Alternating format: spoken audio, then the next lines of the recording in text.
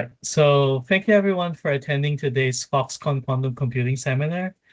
Today we have the pleasure of having Leo Orshansky in Colombia, who'll tell us about how to track qubits through space-time or sailing in a quantum boat. So Leo is a PhD student since 2024 and currently pursuing research in the intersection of cryptography and quantum information. And he is co-advised by Henry Yuan and Tal Malkin. So Leo, the floor is yours. All right, thank you, Gil. Yeah, thank you for having me. I'm excited to tell as many people about this exciting research that we've done. And the main theme of this will be to tell you guys about stronger guarantees for position-based cryptography and some ideas for how to achieve them in the random oracle model and beyond. And this is work that I did in collaboration with Henry Yuan, my advisor, as well as James Bartusek at Columbia and Zixuan Huang, who is at the Shanghai Qizhi Institute, but he will start as a PhD student at Cambridge in the fall. So I will actually start this talk with a couple of scenarios to motivate what I'm talking about in terms of position-based cryptography. And these will be a little silly, a little fun, so bear with me. But let's say that you have a friend and your friend texts me, hey, it's me. You know, you don't have his number because it's been so long since you knew this friend, but he says, it's me. I need money. Could you please send me any? And, you know, you're a little skeptical. Maybe it's a scammer. Maybe it's not really your friend, right? So you say, let me make sure it's really you. And you ask him a security question. You ask him like something only your friend should know. And he gets it right. And the thing is, you know, maybe we still don't feel quite right about this. We want to know more things that will convince us that it's really your friend. So we want to see a FaceTime. So we FaceTime him and he says, look, it's me. I'm in my childhood home. This is a picture of his childhood home. And you say, okay, cool. But then you say, wait, but you can generate this with AI nowadays. Maybe he just asked AI to generate a video of him in his childhood home, but you know, really it's still a scammer. And so what we really want to do is authenticate that these messages or that this video stream is coming from the place that we want it to come from. So basically, if he is in his childhood home and we can ensure that, then we're happy. We know it's really our friend, because if the scammer has gone into the childhood home and is talking to us from there, then we have bigger problems, right? So it turns out this is something that's been studied since 2014 called quantum position verification. And I'll talk a lot about that, so don't worry. And so what we do with our friend is we tell him, let's send him a qubit to confirm his position. And he's like, what? Qubits? Those aren't real. Maybe our friend is a little bit backwards, so we just verify his position the old-fashioned way. And anyway, we're happy now. Okay, so that was scenario one. So that motivates a way to authenticate a message based on positional coordinates. And our second scenario is going to be even weirder. And it's going to be, we get a knock on the door and it's our friend, but it's also an evil clone of our friend. So there's two people, we can't tell them apart. And one of them says, help, there's an evil clone. The other one says, no, I'm real. He's the evil clone. And we don't know what to do.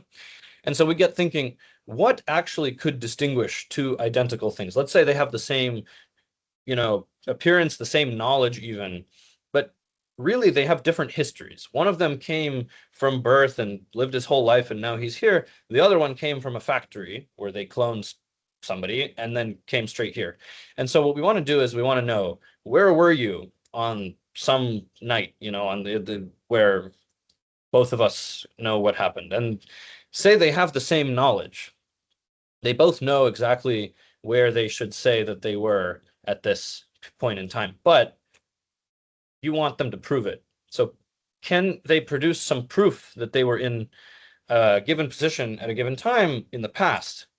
And one of them takes out from his pocket a qubit that's an unclonable qubit. And he says, this qubit was with us on that night in 2013. And you say, aha, I actually know this qubit. I would recognize that qubit because this is some unique unclonable qubit that your friend had at one point in time. And now he has carried it with him to this point in time, and now you can distinguish him from any other entity, no matter what knowledge some entity might have. And so in this way, we have won against the clone.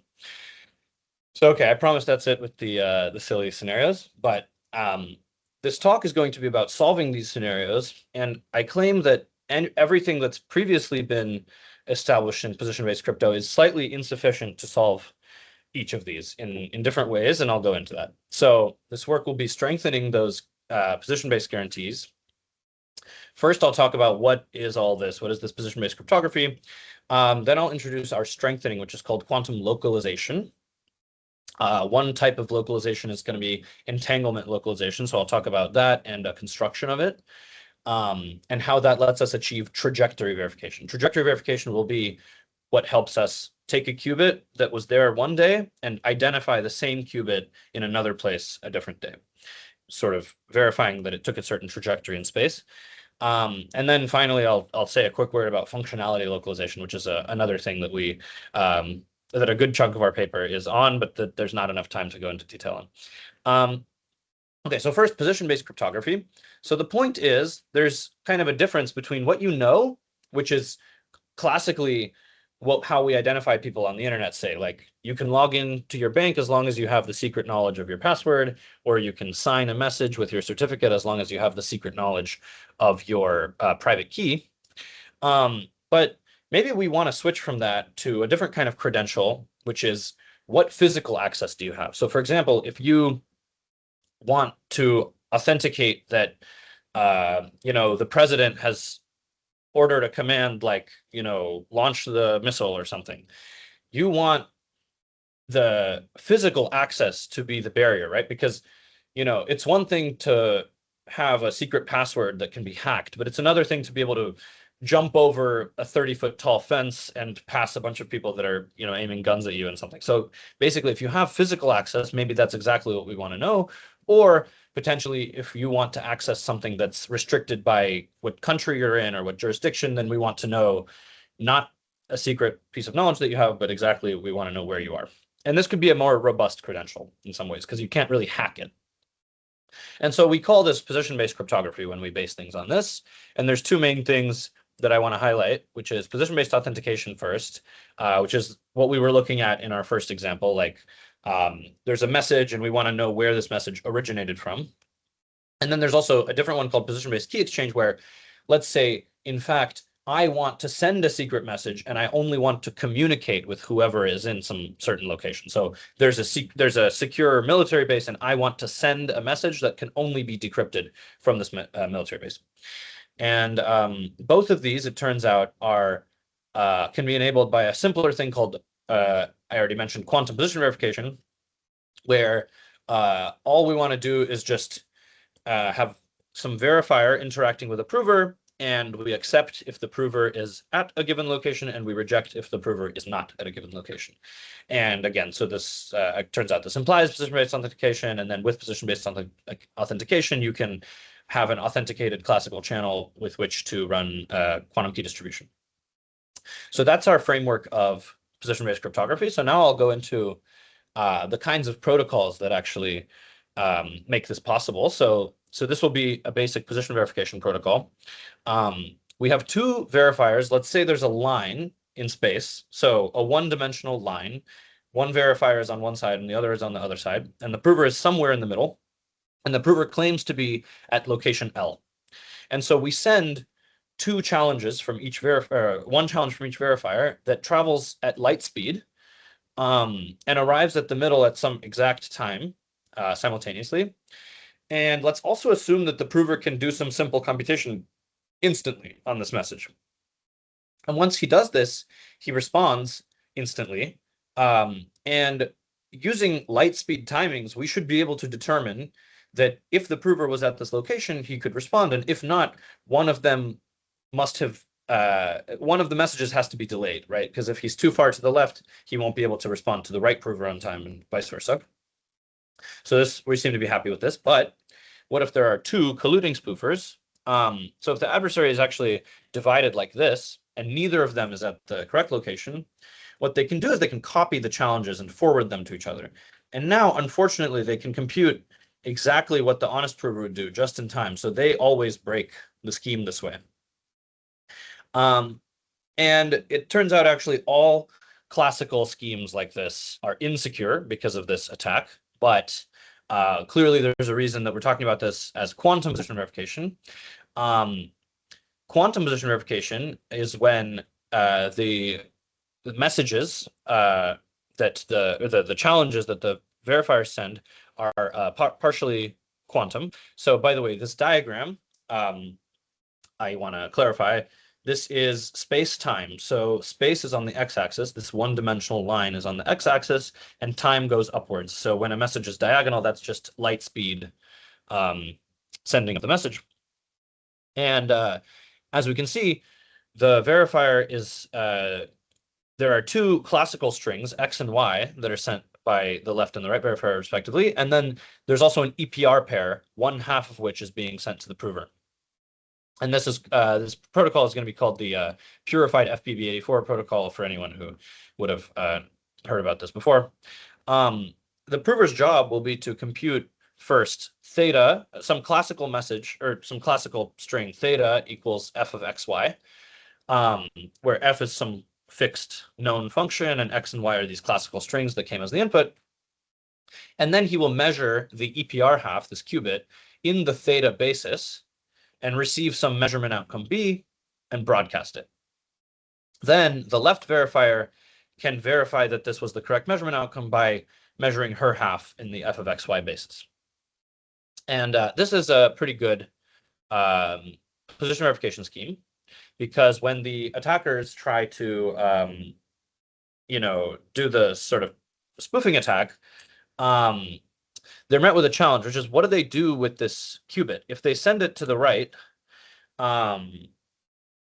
if this left prover, when he receives the qubit, sends it to the right, then he can't have it himself in time to know the measurement outcome, and vice versa. If he keeps it, then the right prover will not be able to get the measurement outcome in time, because this EPR half is obviously not clonable. By a thing called monogamy of entanglement, we cannot divide this EPR half into two parts so that both can kind of answer a challenge to measure in either the standard or the Hadamard basis. And it's key here that the left prover does not know which basis to measure in yet, because he still doesn't know Y, which is the other half of the basis information.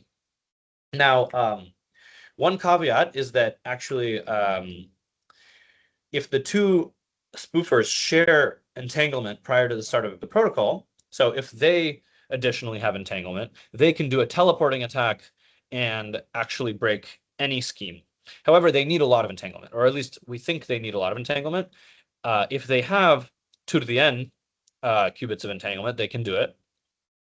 But it turns out if we bound the number of qubits of entanglement to something like order n, and I guess we'll work with the assumption that it's fairly unreasonable for spoofers in this sort of setting to have long-lived entanglement of more than order n, even though we'll be assuming much more unreasonable things. But this is sort of a start. We're going to be working in the bounded entanglement model, which just means that it's difficult for these colluding spoofers to have more than order n qubits of entanglement before the start of the protocol. Then this is secure. So what do we mean? One final thing. It turns out this protocol also can take a different shape, where the quantum information is first sent in an offline phase. So there can be two phases to the protocol, where first we send the EPR pair to the prover, and then he sort of hangs on to it. And then later XY are sent simultaneously, and he has to respond there. And it turns out this protocol is just as secure as the other protocol. And actually, this is what will be used in practice, because quantum information travels in optical fibers slower than classical information. So actually, we need to send the qubit ahead of time so that it arrives on time to be measured, because, again, it's sent through a slower medium. So this protocol, which we'll call FBB84 with slow quantum information, is secure for the reasons that I've explained in the bounded entanglement model. And this is a theorem of prior work. And what we are fundamentally going to be asking is, what is it to be secure? What do we mean when we say secure? Secure for prior work meant that a strategy with nobody in the correct location should more often than not fail to convince the verifiers. Now, if we take the contrapositive of this, if we take the logical sort of flip side of this, then if the protocol succeeded, then sort of something happened at the middle. There was, I mean, it's hard to say there was somebody at the middle. There was some kind of quantum operation that happened at the middle, but it's hard to say what. So our question is, can we actually write down a notion of security that says, if the protocol succeeded, this exact thing happened at the middle? For example, can we say that when the protocol succeeds, the qubit must have been measured? Because somehow, at least this gives us a little bit more reach in terms of like what we can say about the scenario. Well, the answer is it's complicated. So I'm going to now present an attack on the previously mentioned FBB84 position verification scheme, except that it's not really an attack because there's actually an attacker in the honest location. But what will make this sort of an attack is that the person in the honest location is going to be annoying and not do the thing that we expect them to do. So in fact, they're not going to measure the qubit. So and this will actually be a simple strategy. This will have no pre-shared entanglement. So we're working in the bounded entanglement model. It's supposed to be secure for all strategies that share less than n entanglement, but this will actually have 0 entanglement. And the way that our attack will work is that first we have this slow quantum information that reaches the left prover, and we're going to split the EPR half into 4 registers. And sorry, I know this will be complicated and there will be a lot of sort of symbols on this slide, so I'll try to slow it down, but we'll have 4 registers. We'll have L, M0, M1. So L is for left, M0, M1 are 2 registers in the middle, and then R. So this EPR half gets transformed using the unitary operation defined on the bottom of the screen. And for now, don't worry if it makes no sense. But the second thing is that the classical challenges come. I've renamed X and Y to Z and Y just because X is used again in the bottom of the screen. And so the classical challenges come. And instead of measuring the qubit in the f of zy basis, which is what the honest strategy is expected to do, the middle prover will apply instead the following rule, which is that they will swap M0, M1 and send, or they will send M0, M1 to the left and the right correspondingly, depending on this value of f of z and y. So when f of z and y is 0, M0 goes to the right, M1 goes to the left, and if vice versa, then M1 goes to the left, M0 goes to the right. And now I'm going to argue that this has solved the protocol. Like this attack should succeed because if the basis was supposed to be 0, then as stated, M1 goes to the left and M0 goes to the right. And here are the states that we end up in, which is that the left prover has so B is the bit that we want to obtain here, and X is what's in superposition with the verifier's half of the EPR pair. And so actually, if B is 0, wait, sorry, no, X is what we want to maintain. I'm sorry. X is what we want to obtain by measuring the EPR half. That's what the verifier is going to check.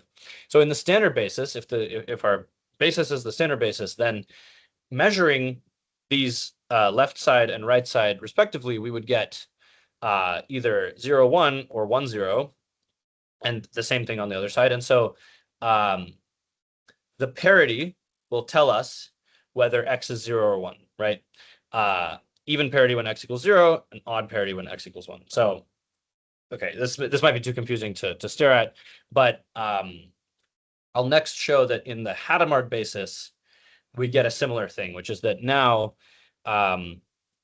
this this split with M0 going the other way and M1 going the other way, we get the state on the right half of the screen when split up into what the left side has and what the right side has. We see that if we're supposed to get a plus, then the parity is even. And if we're supposed to get a minus, then the parity is odd in both cases of the superposition. So again, I apologize, but you can just trust me, I guess, that this strategy succeeds without measuring the qubit at the middle. So the important thing to know is that the qubit is not measured there. Even in the purified sense, it's not measured there because, in fact, at the middle, we find no entanglement with the verifier's half of the EPR pair. So we've somehow split the EPR pair in a way that doesn't quite violate monogamy of entanglement, but it distributes the entanglement such that it's gone from the middle, but whatever happens at the middle is enough to pass the protocol. So if we want to say whenever the protocol succeeds, then something positive, something good happens at the middle, well, whatever this is, it's weird because, in fact, the middle prover didn't even have to have any knowledge of this EPR pair, right? Like what we really want is for the verifier to send this EPR pair, and the honest prover has it and deals with it and measures it and then sends the response. But here, the middle prover is almost minimally participating in the protocol because he doesn't even have the EPR half. He's unentangled with it. So let's go back to conceptual statements because that might have been pretty involved. So previously we had this thing that if the protocol succeeded, there's like some entity, something happened at the target location, and our goal will be to change this to make a new protocol so that what we can say is a specific entity, namely whoever I really am receiving a message from, etc., is at the target location, and nobody else is interfering in the way that we don't expect them to be interfering. So we don't want these left and right provers to exist and do anything useful. We want, basically we want to know that the qubit is being measured at the middle, and once it's measured, there's nothing that anybody else can do besides forward the information. So how can we possibly formalize this? We would need to define what it means for an entity to be at a specific location. We would need to define what it means to exist. Okay, that's a joke. So what we're going to mean when we say an entity exists at a certain location is that at a specific point in time and at a given point in space, let's draw a box around that area of space and let's zoom in. And we should be able to sort of see all of the quantum information there and reconstruct the things that are supposed to be happening. So like, if a qubit is being measured, then we should sort of see that by zooming into this area of space and this chunk of time and kind of like seeing this happen in terms of the unitary evolution of quantum mechanics. And I'll definitely make this clearer. But even if we find something, so how do we identify it? Well, we also want to make sure that whatever we're looking for is unique. So we want this property that there's a qubit that can only be in one place at a given time, so that if we zoom into some area of space and we find this qubit, then we know it couldn't have been anywhere else. So we're going to define this property of physical uniqueness that for any disjoint spatial regions A and B at a given time, a physically unique object is something where if you find it in one place, you cannot find it in another place at that time. This, of course, implies unclonability, because if you could clone, you could violate this property. But actually, it's not true in the other direction. So, for example, if we think of our EPR half as a BB84 state, well, it's interesting because BB84 states are unclonable, but they're not particularly unique in that I could just go create all 4 BB84 states. I could create plus, minus, 0, and 1. And if you find plus, minus, 0, and 1 somewhere, that's good, but I could also find them in my pocket because I just created all of them. So they're not quite unique. Sorry, Leo, can I ask a question about this? Yeah, of course. Yeah, I'm a little bit confused about what it means to find something somewhere, right? Yes. Like, yes. you know, say, I mean, we're talking about a quantum state, right? Like, say we're talking about a quantum state of an electron or something. Like, you can find an electron there, but you don't know it's the electron or the system unless it's in the quantum state. And you can't know what state it's in without ruining it. And, you know, similarly, witnessing a unitary evolution, like if you witness it, it's not unitary. So what? Yeah, so I'm going to play some tricks later on that will make what you're saying false under a host of assumptions. Okay. Okay. But cool. yeah, but you have the right intuition, is that this is like leading up to something that sounds a little bit impossible. But we're gonna like have oracles and stuff like that, that are going to make this come true in an interesting way, at least. But yeah, naively, this sounds weird because yeah, of course, if we inspect, I mean, actually, one thing to note is that when I say find something, that can be restricted to the analysis. So let's say our real protocol is something unrelated to this operation of like extracting. I'm going to call this extracting, actually. When I say finding, I'm going to call that extracting a quantum state from some region of spacetime. But our real protocol can actually be unrelated to that. And the trick is going to be to argue in the analysis that we could have extracted it. So even if this extraction operation totally ruins everything, maybe we just need evidence that we could have done it, but not actually run it in practice. So, okay, I'm going to keep going because I think some of this gets clarified soon. But actually, I'm just going to simplify things maybe a little bit, that when I say physically unique, let's just think about entanglement, because this monogamy of entanglement thing is exactly what we want, which is that if we find an EPR half somewhere, so if you find an electron, how do I know it's the electron? Well, I need to somehow verify that it's entangled with a specific thing. So I am holding one electron in my hand, and I find another electron, and I can verify that these two are maximally entangled, say. And by verifying that they're maximally entangled, then I know it's the electron, because no other electron could satisfy that. And that's essentially going to be what we're going to look for. So if we have this, then we can run the protocol where if the prover succeeds, they must have held this unique quantum state during the execution of the protocol, and they must use it at the middle in order to succeed. And if it was displaced, then they should fail. So again, we would sort of naively, our first thought would be, can we say this about the EPR half in that FBB84 protocol? But it's false, because I showed you that the middle prover can be made unentangled with the verifier. So, okay, now to answer the question, what do I mean by finding this quantum state? What do I mean by extracting quantum state? So I'll go through this slowly.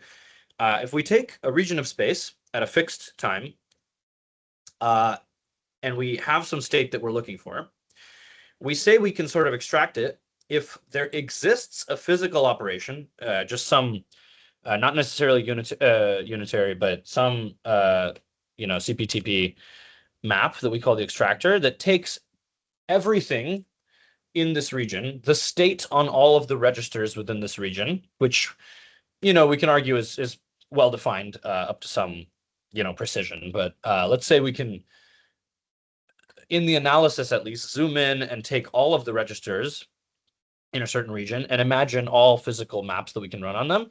And if there exists one which has high fidelity with whatever we're looking for, and really I should, this is a bit erroneous, I should have this in mixed state formalism, because really we want this to be entangled with some external system. But if we have in principle the thing that we're looking for, and we can show that the registers in some area of space can be turned into that thing, then we've effectively found what we're looking for. So, I mean, I guess I'll pause to say, does this sound okay? Sorry, haven't you shifted the problem from what it means for a state to exist at a location to what it means for a register to exist at a location? Like, what do you mean by the operation acts on registers at that location? Sorry, okay. When I say registers, I mean like let's split up some chunk of space into some level of precision where we just take every sort of cell of that area of space and we give it a name, and we just tensor all of these things together and we think of that as the input to our operation. I mean, like what I mean is just that I want a way to represent that, like, okay, the input is really the state on these registers at this current time. Like the point is that we can define what state exists at a certain time in a certain region of space.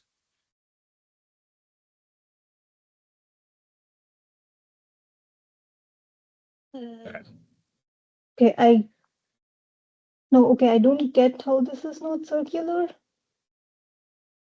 Circular. In the sense, as in, So are you thinking like in the way that you were thinking about it, there should always exist a physical operation, or? as in, okay, how do you, as in, how, what is ER basically? Okay, so have some region of space. Let's say like just, you know, the area on the palm of my hand, whatever, at some fixed time. Take all of the matter in that region of space at that fixed time and define rho to be the state on all of this matter. And the reason I wrote register is just that at some level we want a unit of like, where can we find a qubit? But like, really it doesn't matter. We don't need to use the term register if we're happy to use the word state. So the state on all of the matter in some place is some density matrix. And this, the only argument is essentially that this is a well-defined density matrix for a given region of space at a fixed time. And you know, maybe if this region is big, then there's this density matrix is huge because it contains a lot of tight, you know, space is very dense in dimensionality, but like I don't really care because all I need is for E to be defined. For E, if E exists and it's a physical operation, then I can have E discard all of the things that I don't care about, and I can find a particular qubit. So does that make sense? Yeah, sorry, go ahead. Sorry, when you talk about fidelity, so if we go to mixed state, you're talking about like you're going to trace out the rest of the world, and just in the palm of your hand, you want the mixed states to have high fidelity. Is that right? So not only am I going to trace out the rest of the world. So I've already traced out the rest of the world by the time I've made R. Then I'm going to run E, which is some map that we're actually not going to write down at all, but we're just going to argue that it exists. And E will produce the EPR half that is entangled with some third environment register. So like, let's say the verifier has produced an EPR pair and sent out half of it, which now has made its way to R. Okay. E will do some operation on the mixed state within R, then trace out everything, or like, you know, throw away everything that that is unrelated to this EPR pair, and we will have it won't be a pure state. It will be the mixed state corresponding to the maximally entangled, the thing that's maximally entangled with the verifier's register. So like, if you want to say that it exists at a fixed time, I mean, it also takes some time to implement the operation E, right? Yeah, sure. But let's say all we want to argue is that at this time it existed, and we're going to say that we define existing at that time if when time is frozen, even if this map E is actually inefficient, even if E takes unbounded time to implement, as long as the input already contained what we want, we're just going to define existing at a thing if a physical operation can recover that thing. So yeah, I mean, I think I will have to move on from this because there's a lot more to get through. But yeah, I'm happy to talk. I just want to ask one more thing. Like, go ahead. But this is like you're not taking into account relativity, right? Because this just would open up a complete can of worms on. Yeah, let's say no cans of worms. Okay, all right. Yeah. Yeah, good point. Okay, yeah. So hopefully I'll get through more of this talk and maybe hopefully some of this will become more clear. But okay. So our task now, this localization primitive that I've been talking about that's stronger than position verification will be one where we have a protocol and we do some things. And now we draw a box around where the prover is supposed to be. And using our definition of finding things, we can find an EPR half inside of this box. So how do we go about finding an EPR half? Well, we can do this thing called self-testing. So if we have like something, let's say our input register R contains something that's claiming to be an EPR half, what we can do is we can just test it in one of two bases. We can say measure in the standard basis, which we can then verify using the other half of the EPR pair, or we can measure in the Hadamard basis and verify that. Now, we can't do both at once because, of course, that destroys the entanglement. But if we do each with half probability and we assume that this state succeeds at this game with some high probability over this random choice of basis, then there's a theorem, which, in fact, we're going to rely heavily on this theorem for our main result from Vidic and Zhang in 2021, that given the success of this game, whatever was in register B there must exist an isometry that turns it into the EPR half. So this is basically the same thing as we were talking about previously, that like we take some unknown thing and we define or we prove the existence of a map that turns it into something else, and we kind of have now that we've turned it into another form, we can argue about it. So, for example, we know that this like register B is maximally entangled with A, which makes it unique, etc. So, okay, one thing you might be wondering is, doesn't this FBB84 protocol already include this sort of self-testing? Because with half probability, X and Y turn the basis to standard, and with half probability, X and Y turn the basis to Hadamard, and the prover is required to output a response. So isn't this pretty much exactly the game? Like, why can't we just use that? Well, it turns out we can, except that the box that we're finding the EPR half in is large. The box is whatever provers were involved between the verifier sending the challenge and the verifier receiving the response. So this is sort of exactly what was unsatisfactory before, is that we could argue about the EPR pair, but it wasn't just in the middle. It could be basically anywhere if they play this trick of splitting it into different registers and holding them on the edges. And so can we, our goal will be to make this box smaller. And now what if, additionally, as we've been hinting about, thanks to some of the good questions earlier, what if this did not in reality destroy the entanglement? What if whatever test we're doing allowed us to keep going with the entanglement after it's been done? Well, then we could repeat it over and over, and we achieve trajectory verification. We achieve like the knowledge of how this thing travels through time, because it remains unique. If it's an EPR half, right, it remains unique. You can't have two copies of it that take different trajectories, or that, if it exists at multiple places at different times, it must have like kind of really moved. So our main questions will be, can we do this thing where we extract from a small region instead of a big region? Can we localize entanglement to a small region? And can we do so non-destructively? And this work has, as I've already shown, not for the FBB84 protocol. And the main thing that I'll talk about in the next 20 minutes is that using oracles, it is possible to do this, where it's a non-destructive entanglement localization, and then the extraction is from actually an arbitrarily small region around the target. And I'm going to do this in 2 steps. First, I'm going to reduce the problem to just the non-destructive part. So let's assume we have a non-destructive thing. So whatever's happening in the middle, let's assume it does not destroy the EPR half that is held at the middle. Then we're going to essentially have the following protocol. We're going to send a standard basis challenge, and the prover must output the standard basis measurement on the EPR pair. And again, we're in this magical world where we can measure the EPR half in some basis, but it doesn't destroy the EPR half. So the prover is going to measure standard basis, output standard basis, then measure Hadamard basis and output Hadamard basis.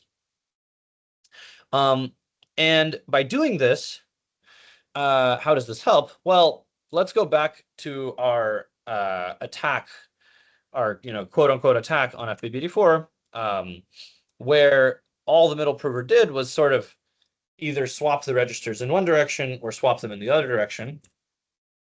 And let's say there was a standard basis challenge, right?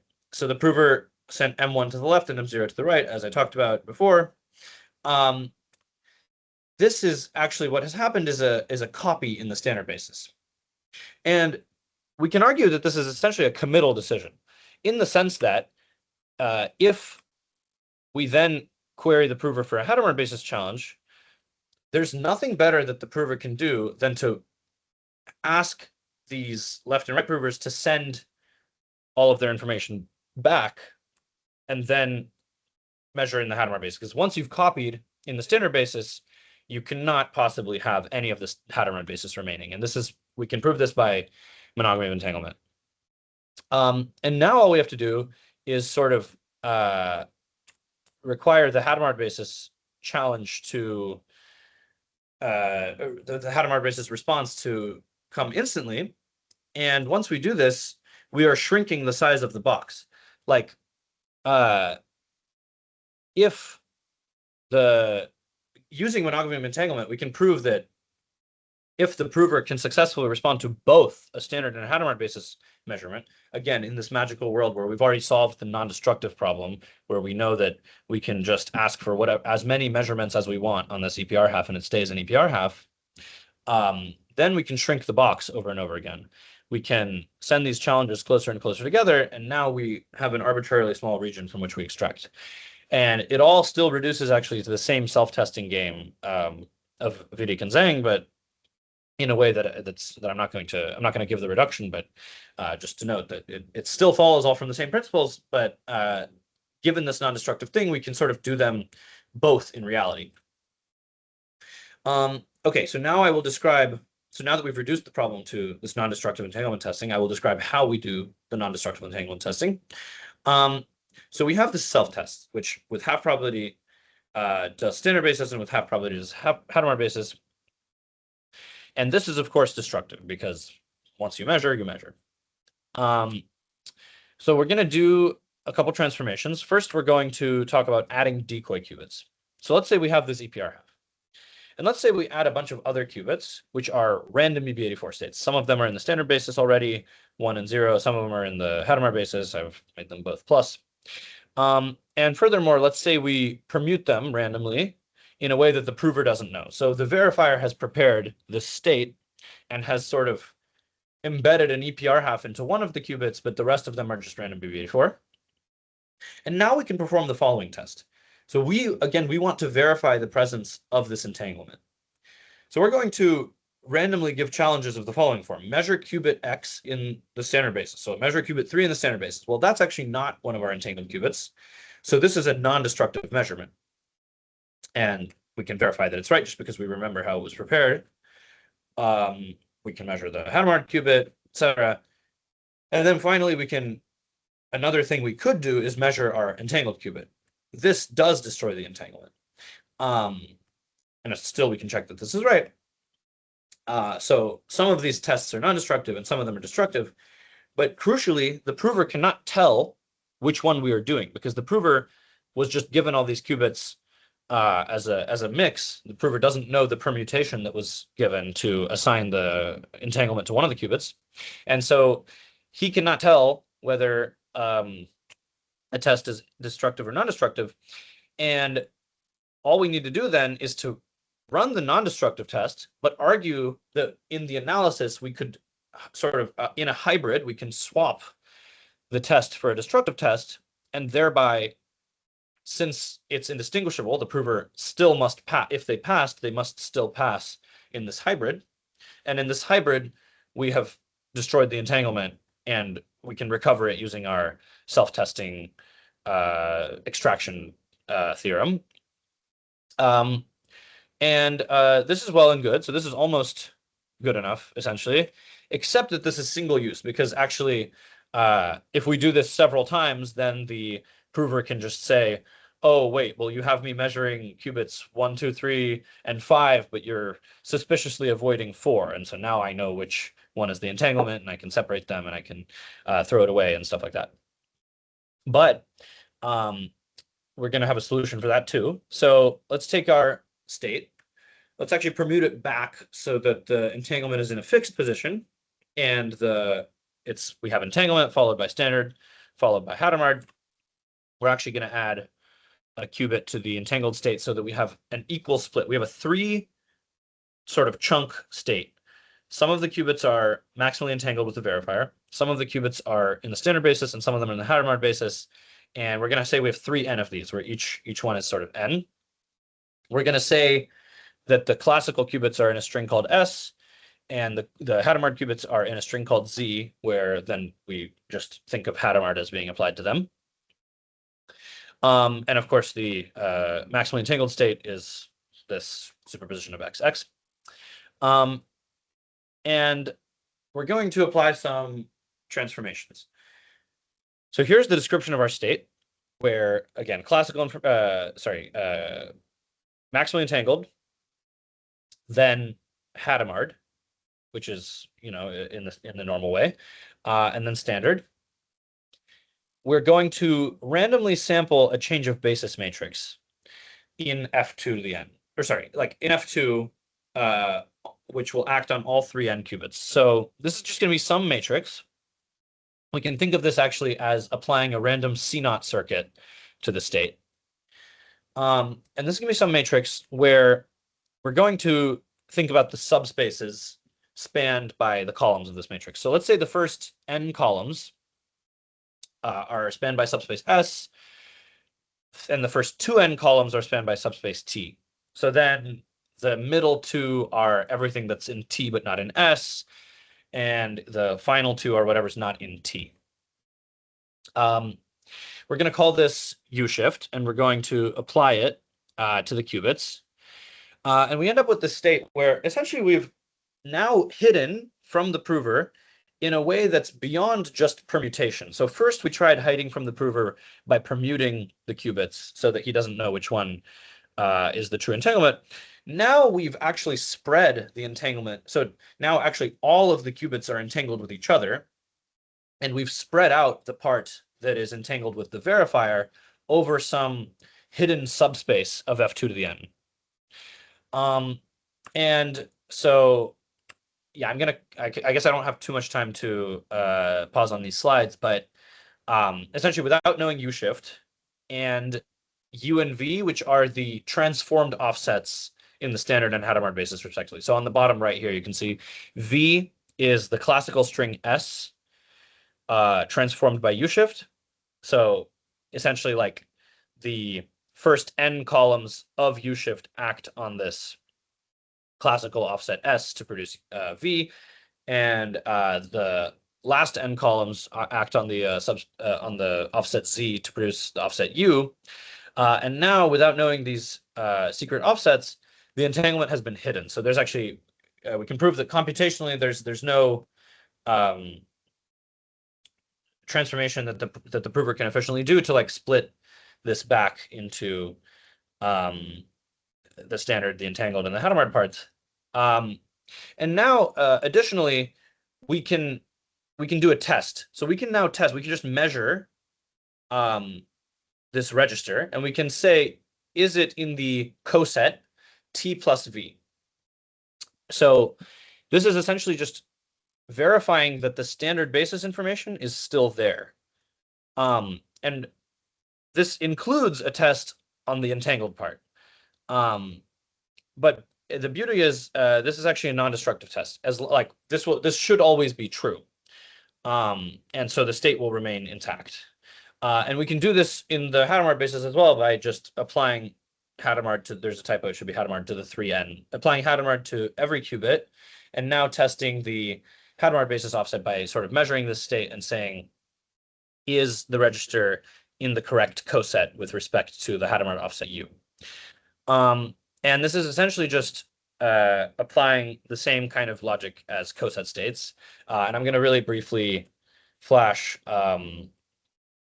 what a coset state is. So on the left, we have BB84 states, which are represented by a string. So BB84 to the n is we have a string, and some of the, or like we have a Boolean string W, and some of the qubits in this string will be flipped to the Hadamard basis, and some of them will stay in the standard basis. And so we have this vector theta, which will tell us which qubits are standard and which ones are Hadamard, by theta equal being either 0 or 1 at that position. And one thing that we might want in some applications of unclonable cryptography is a public verification oracle. So we want to allow the prover to access this predicate, sort of like, am I in the right state? So for example, quantum money, we want the prover to be able to say, publicly verify their money is legitimate. So we want them to be able to project onto this true money state. But actually, if we give them this, then they can just do a qubit by qubit attack. So they can first apply X to the first qubit of the state and see if that changes the measurement outcome. If it did, then they were in the Hadamard basis, and if not, they were in the standard basis, or maybe vice versa. But and then then they've learned perfectly the information about the first qubit without destroying any of the information about the other qubits. So then they can continue this qubit by qubit and learn the whole state.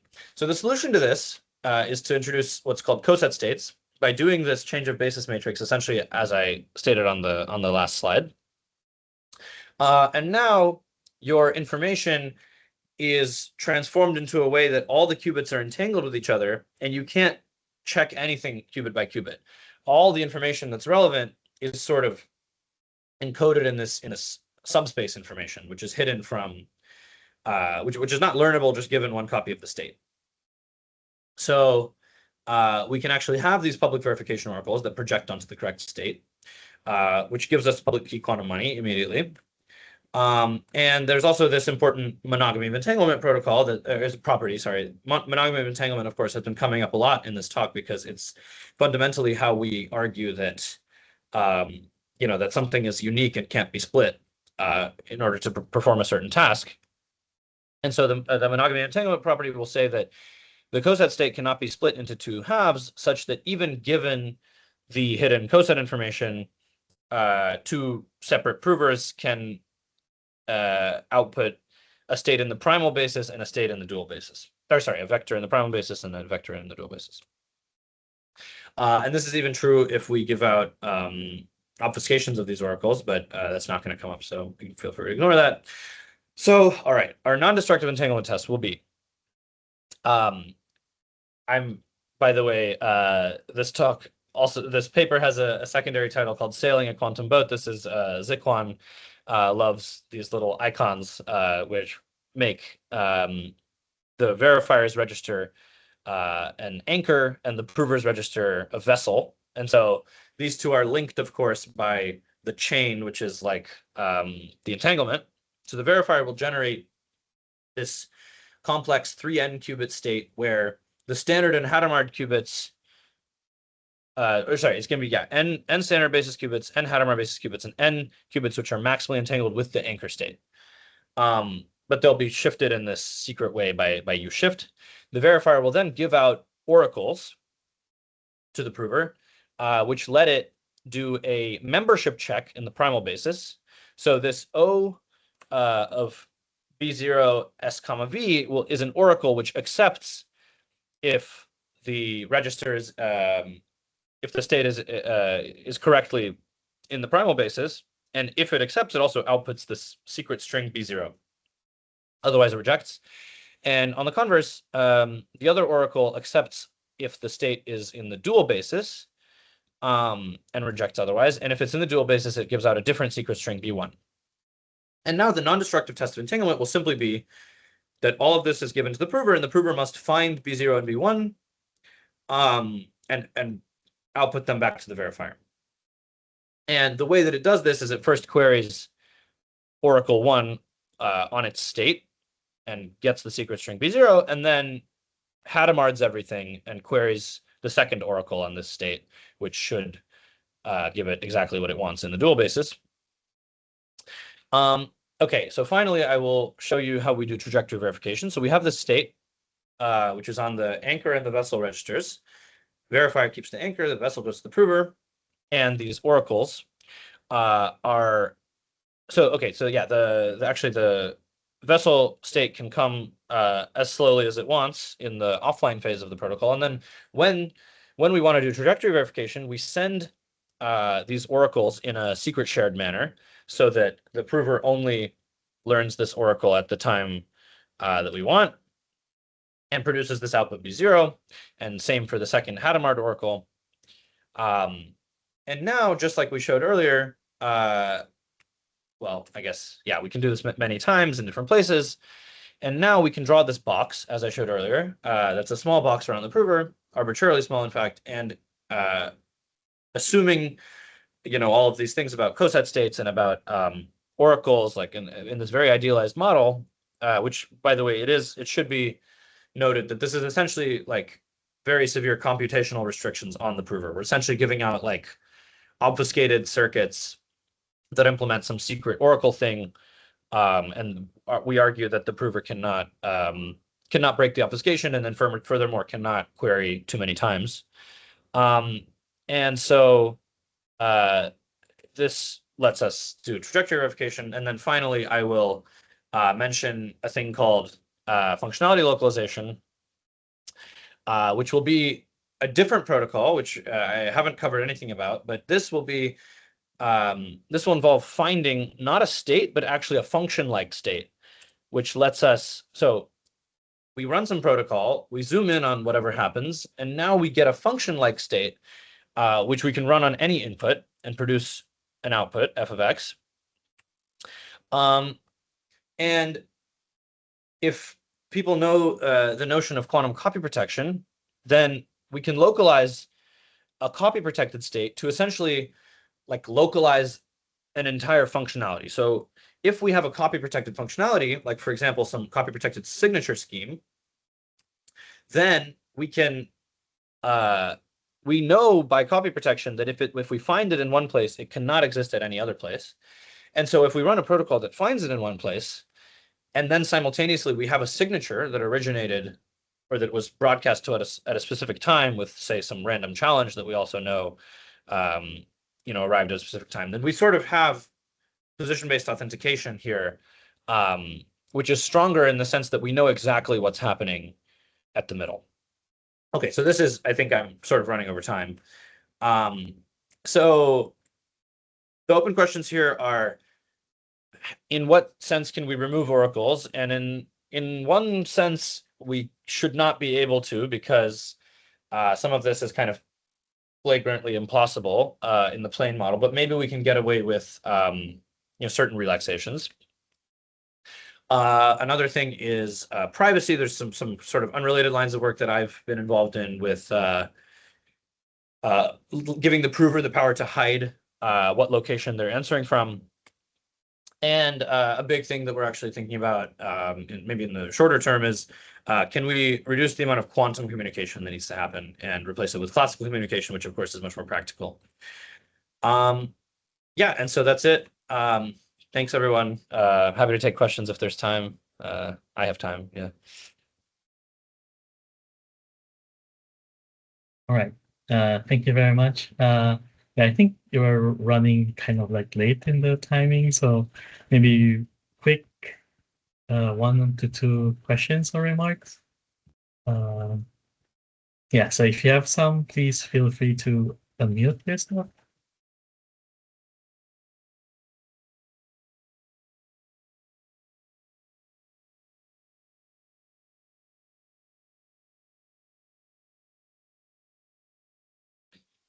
Maybe I have one question. Mm. So in the protocol, we use the Oracle, classical Oracle, right? Oops, sorry. Okay. Yes. So if you consider